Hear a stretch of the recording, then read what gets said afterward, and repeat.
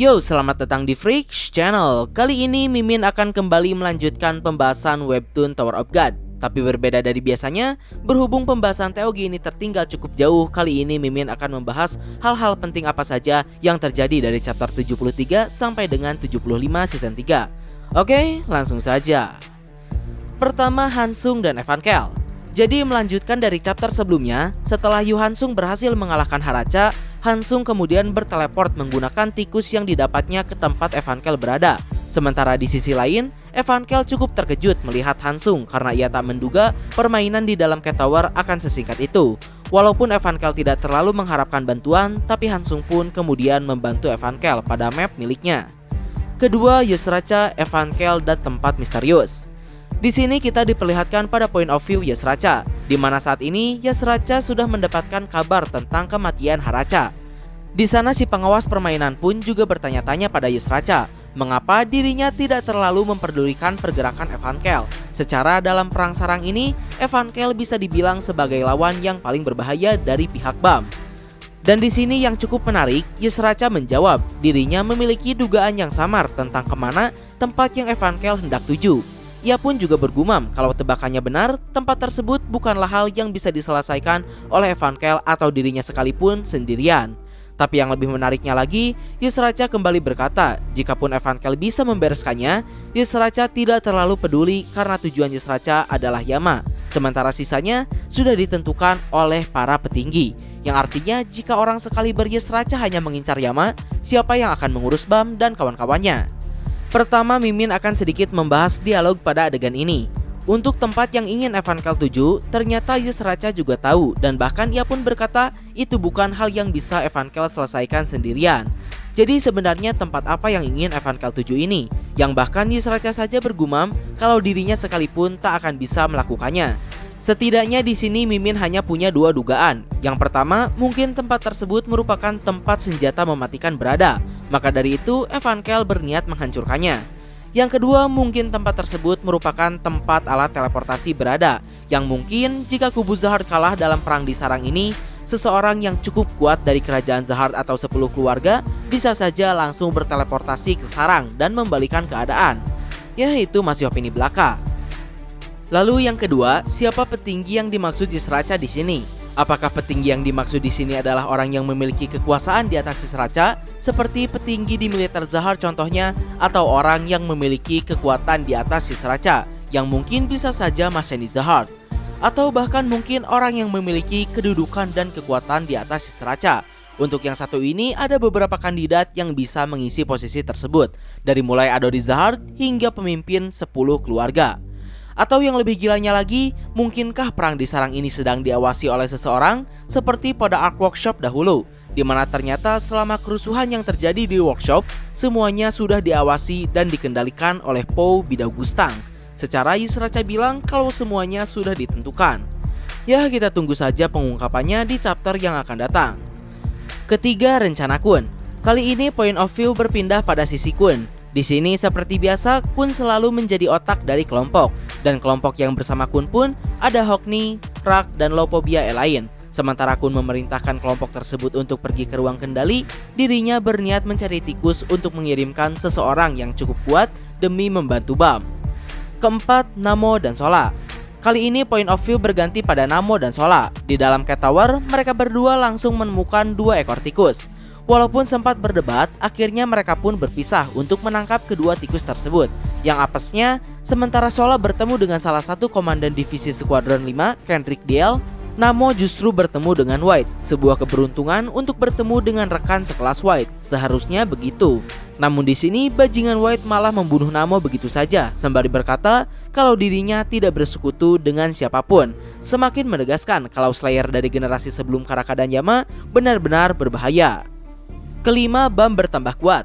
Pada adegan berikutnya, BAM merasa semakin bertambah kuat setelah perang di benteng pertama. Dirinya kali ini bisa merubah Shinshu-nya menjadi panah, dan kualitas serta kuantitas Shinshu yang bisa dikendalikan oleh BAM pun juga semakin bertambah besar.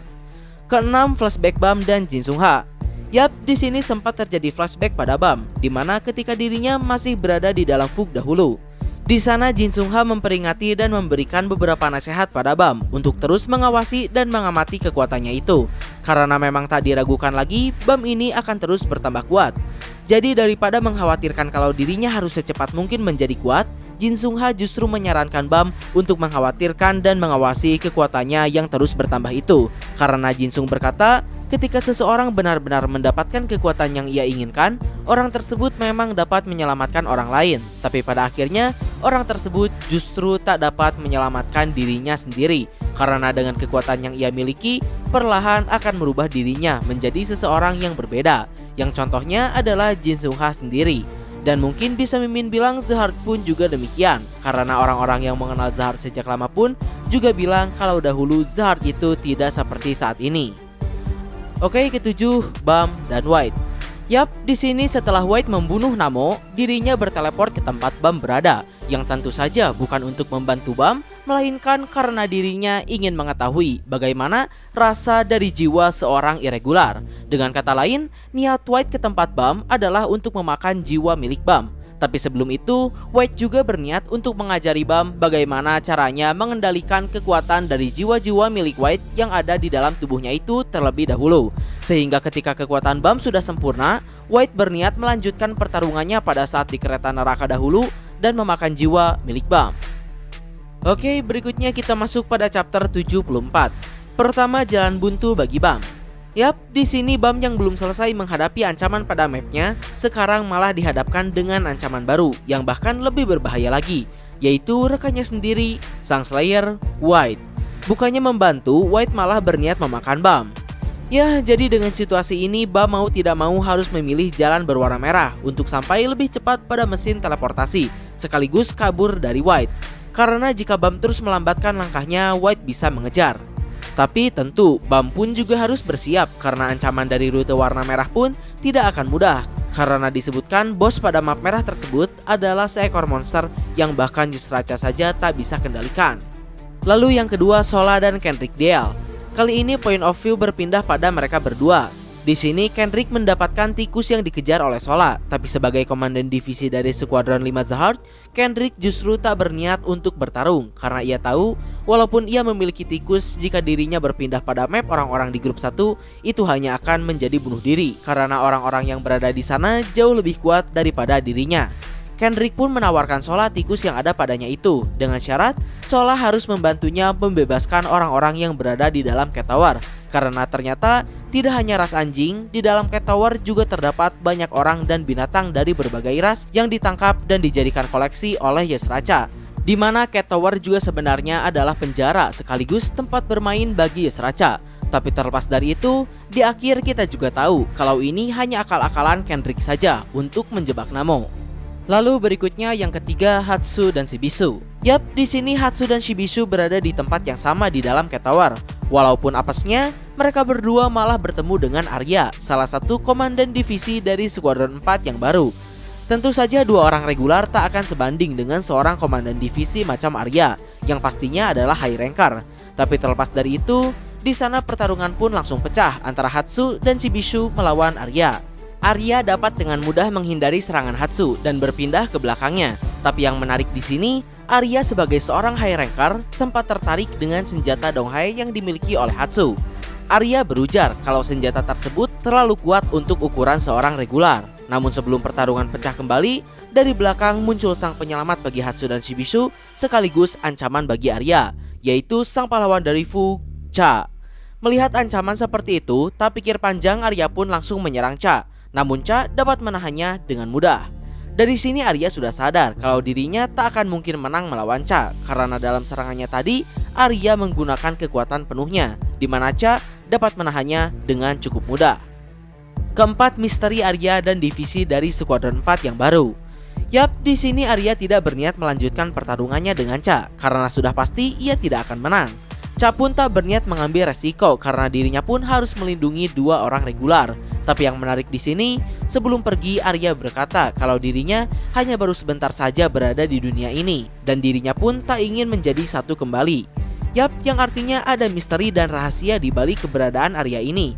Lalu Arya pun kembali melanjutkan perkataannya sembari memberikan saran pada Cha untuk tidak menyentuh orang yang berambut putih dari Skuadron 4, yang tidak lain dirinya juga merupakan salah satu komandan dari divisi Skuadron 4 yang baru.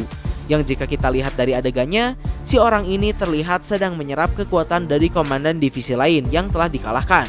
Ya, kita tunggu saja seberapa berbahayanya orang ini dan siapa yang akan menjadi lawannya. Yang jika kita lihat dari sepenggal dialognya, orang misterius ini juga mengincar Bam. Kelima, Yusracha dan Yama. Yap, di sisi lain kali ini POV menyorot pada Yama. Di sini Yama dapat dengan mudah menghancurkan setiap halangan yang ada pada mapnya. Sampai akhirnya dari salah satu kandang, kali ini yang muncul adalah Yusracha sendiri.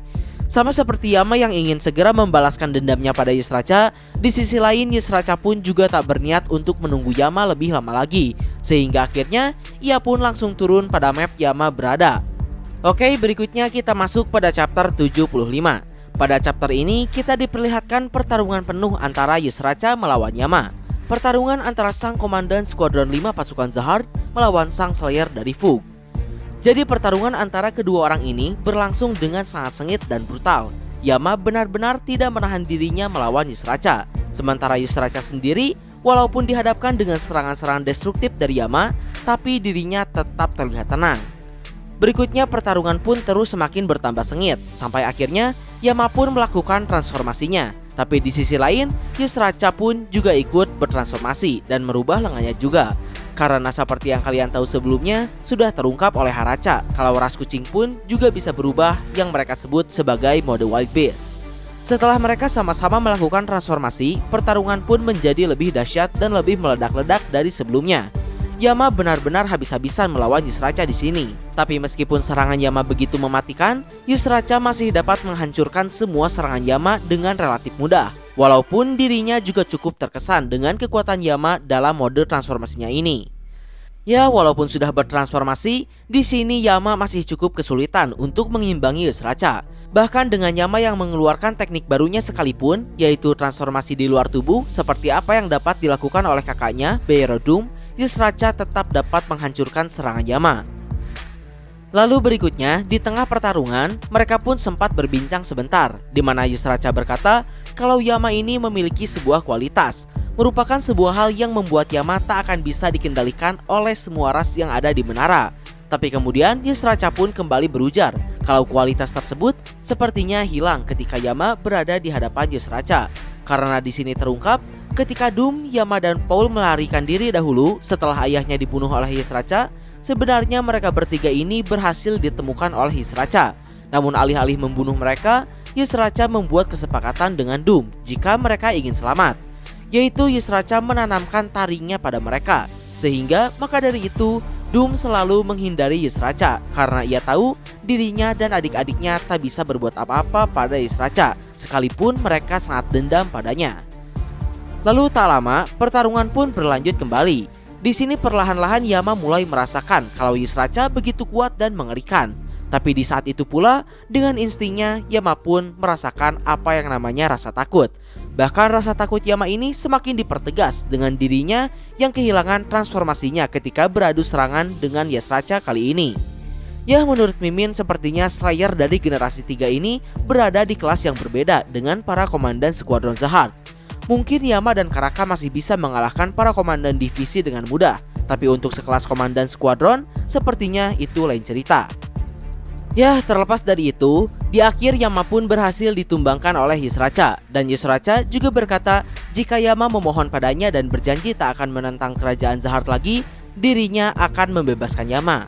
Tapi yang menariknya di sini, selama pertarungan tersebut, Yusracha selalu membahas tentang ayah dari Yama.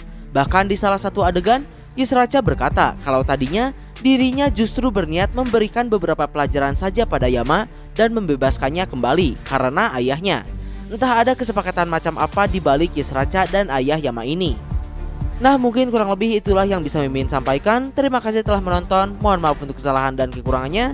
Like, share, subscribe kalau suka. Komen, beri saran. Terima kasih telah menonton. Ciao.